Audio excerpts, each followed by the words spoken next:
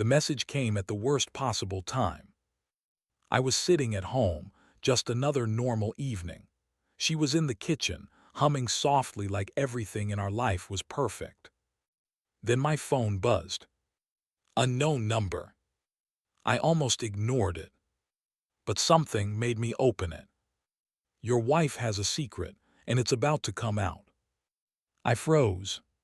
For a second, I just stared at the screen, waiting for another message, hoping it was a mistake. Then it came. If you don't act now, you'll regret it. My heart started beating faster. I slowly looked up. She was still there, smiling, moving around like nothing was wrong, like she had nothing to hide. But suddenly, everything felt different. "Who is it?" she asked from the kitchen. I quickly locked my phone. "Just spam," I said. My voice sounded calm, but inside everything was shaking. I tried to act normal, I really did. I turned on the TV, picked up a glass, did anything to distract myself. But those words kept repeating in my head. Your wife has a secret. It's about to come out. I looked at her again. She picked up her phone, smiled, then quickly turned the screen away from me. That small movement. It hit differently now. Before, I would have ignored it. Now it felt like proof. Or maybe a warning. We sat down to eat. Same table. Same routine. But the silence felt heavier than ever. I wanted to ask her. To just say it. What are you hiding? But I didn't. Because I wasn't sure I was ready for the answer. And maybe a part of me already knew. That night, I couldn't focus on anything. Not the TV. Not the food. Not even her voice. Because deep down, something had already changed. Trust. Once it cracks, it never sounds the same again. And for the first time, I wasn't just confused.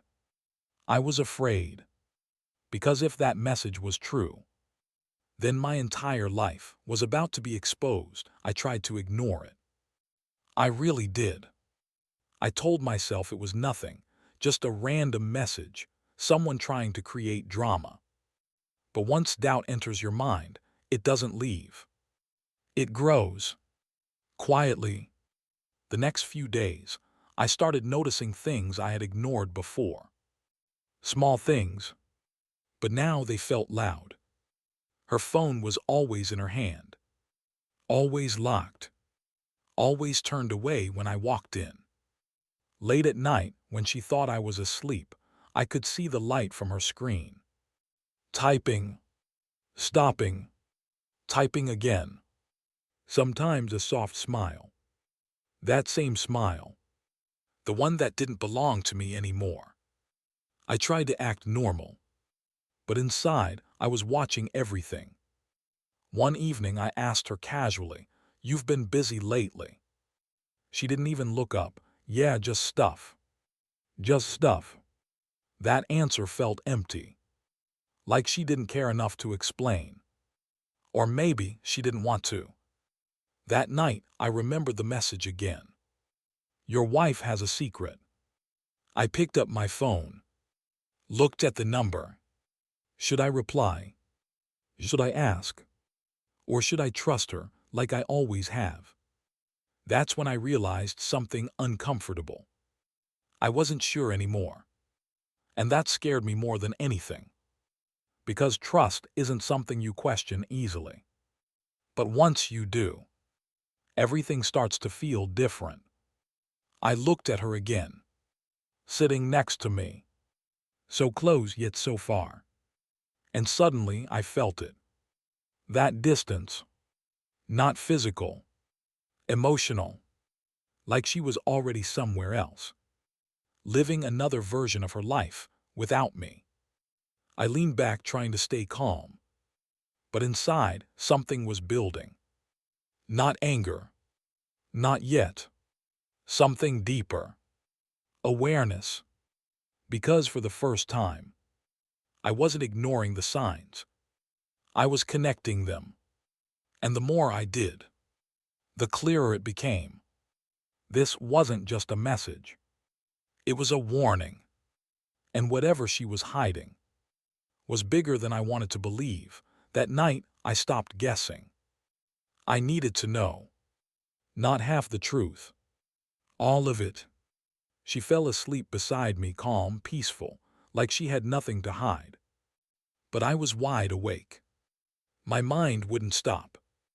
That message, her behavior, everything felt connected now. Then her phone lit up. A soft glow in the dark room. My heart started racing. I told myself not to look, to trust her. But my hand moved anyway. Slowly, carefully, I picked it up.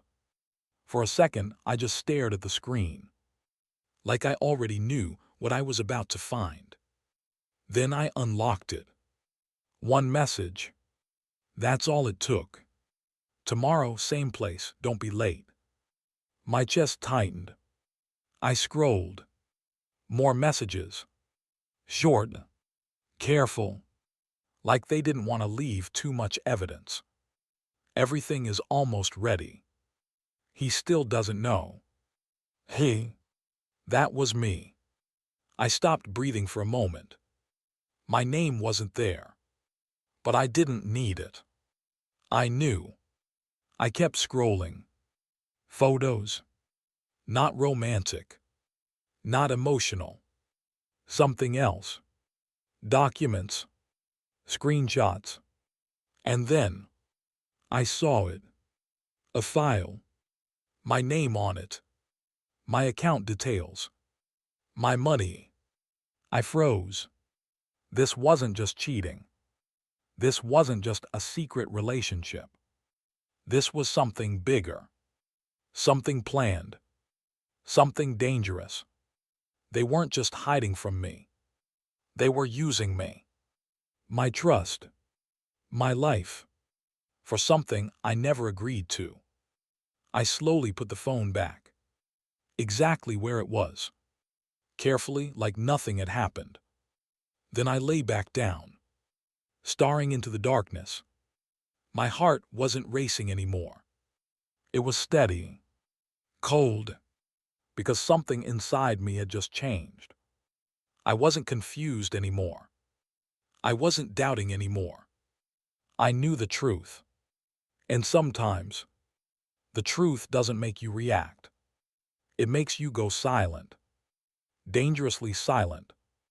Because now, this wasn't about finding out. It was about what I would do next. And for the first time, I wasn't afraid. I was ready. I didn't confront her. Not that night. Not the next morning. Because now, this wasn't just about emotions. This was bigger. I needed to understand everything before I made a move. So I stayed quiet. Acted normal. Like I didn't see anything. Like I didn't know anything. But inside, I was watching. Every move. Every word. Every moment she thought I wasn't paying attention. And the strange thing was, the more I watched, the more I realized how long this had been happening. Her calm behavior. Her confidence. The way she didn't even try to hide it properly anymore. This wasn't new. This was routine. That thought hit me hard. Not with anger. With humiliation. Because I wasn't just being lied to. I was being played. I remembered moments I used to ignore. The late nights. The sudden plans. The way she slowly stopped caring. Back then I thought it was stress. Now I knew the truth. It was choice. She chose to lie. She chose to hide. And I chose to trust. That realization hurt more than anything. I sat alone that afternoon, thinking about everything. Trying to piece it all together. Trying to understand how I let it go this far. But the truth was simple. I didn't let it happen. I just refused to see it. Because I didn't want to lose her. But now I wasn't afraid of losing her. I was afraid of staying in a lie. That's when something inside me shifted. Deeper, strong, clear. No more waiting. No more hoping she would change. No more being the man who gets used and stays quiet.